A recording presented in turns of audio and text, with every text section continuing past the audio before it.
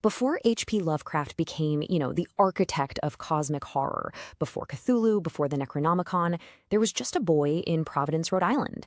A boy whose mind was this incredible universe of genius, but whose life was just a landscape of tragedy. So let's explore the formative years that really forged this master of the weird. And this quote, it really sets the stage perfectly. This isn't just some cynical remark he made. For Lovecraft, it was a lived reality.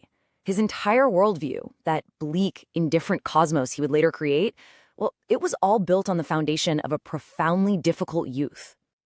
Right from the very beginning, Lovecraft's life was a story of these wild contrasts.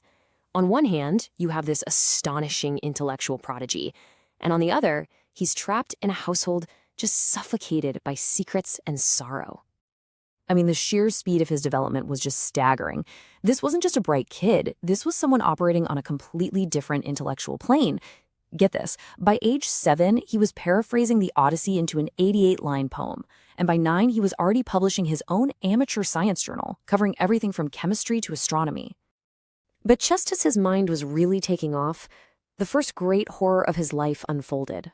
When he was only 3, his father, Winfield, was institutionalized. Now, the family story was this gentle fiction, overwork. The reality? It was so much darker. A psychotic break, and ultimately, a death from late-stage syphilis.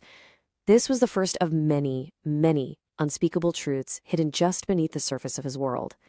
So, with his father gone, Lovecraft's upbringing really fell to his maternal family. And at the center of it all stood one man who would go on to shape his entire imaginative life. That man was Whipple Van Buren Phillips, a pretty prominent industrialist who stepped right in as Lovecraft's main father figure. And he didn't just provide stability, he provided a gateway to whole other worlds. You see, his grandfather was the one who nurtured both sides of Lovecraft's brain. He fostered this deep love for science and the classics, but he also spun these original Gothic tales for his grandson. It was from Whipple that Lovecraft first heard stories of winged horrors and strange moaning sounds, the very seeds of cosmic dread. And tragedy struck again when Lovecraft was just 5. The death of his grandmother brought this wave of oppressive Victorian mourning into the house. The sight of his mother and aunts in these black mourning dresses terrified him and directly triggered recurring nightmares of creatures he called Night-gaunts.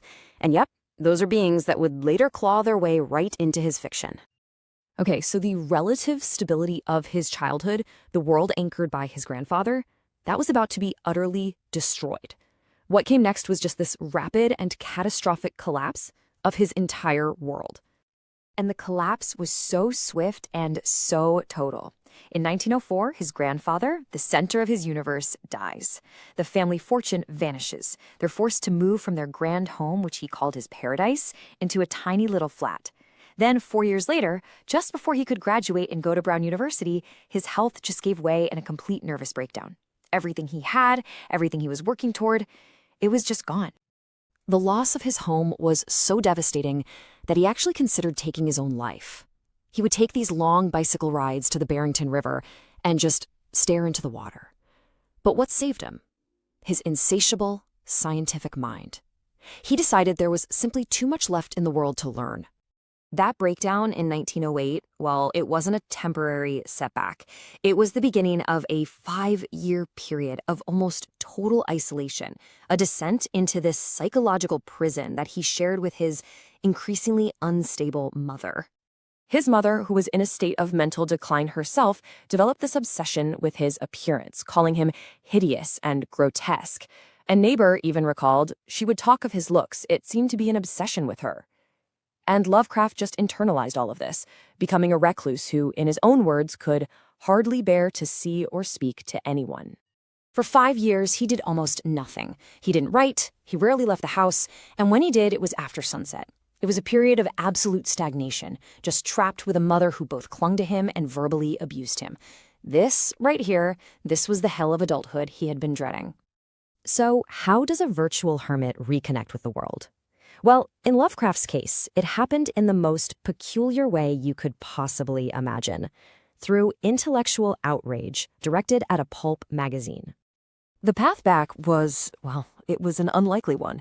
He was reading pulp magazines and became so incensed by the sappy stories of a writer named Fred Jackson that he wrote this furious letter to the editor in heroic couplets.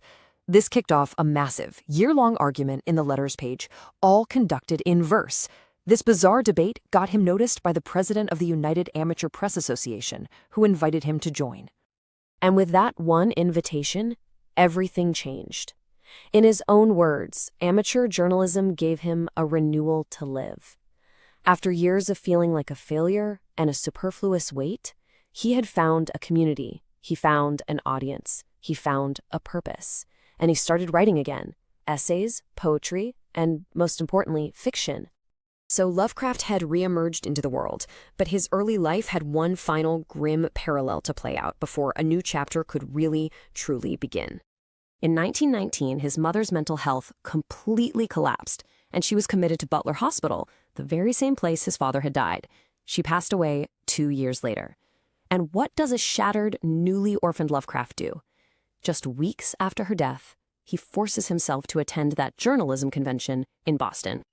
And it was there, at that convention, that he met Sonia Haft-Green. She was a successful, independent businesswoman, a Russian Jewish immigrant, and a fellow writer.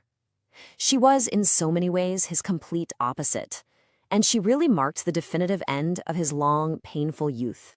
So that's the story of his beginning, a prodigy who had to endure family secrets, profound loss, crippling isolation, and psychological torment. And you see every element of his dark upbringing, the hidden truths, the weird tales, the night terrors, that sense of being an outsider, all of it became the raw material for a literary universe unlike any other.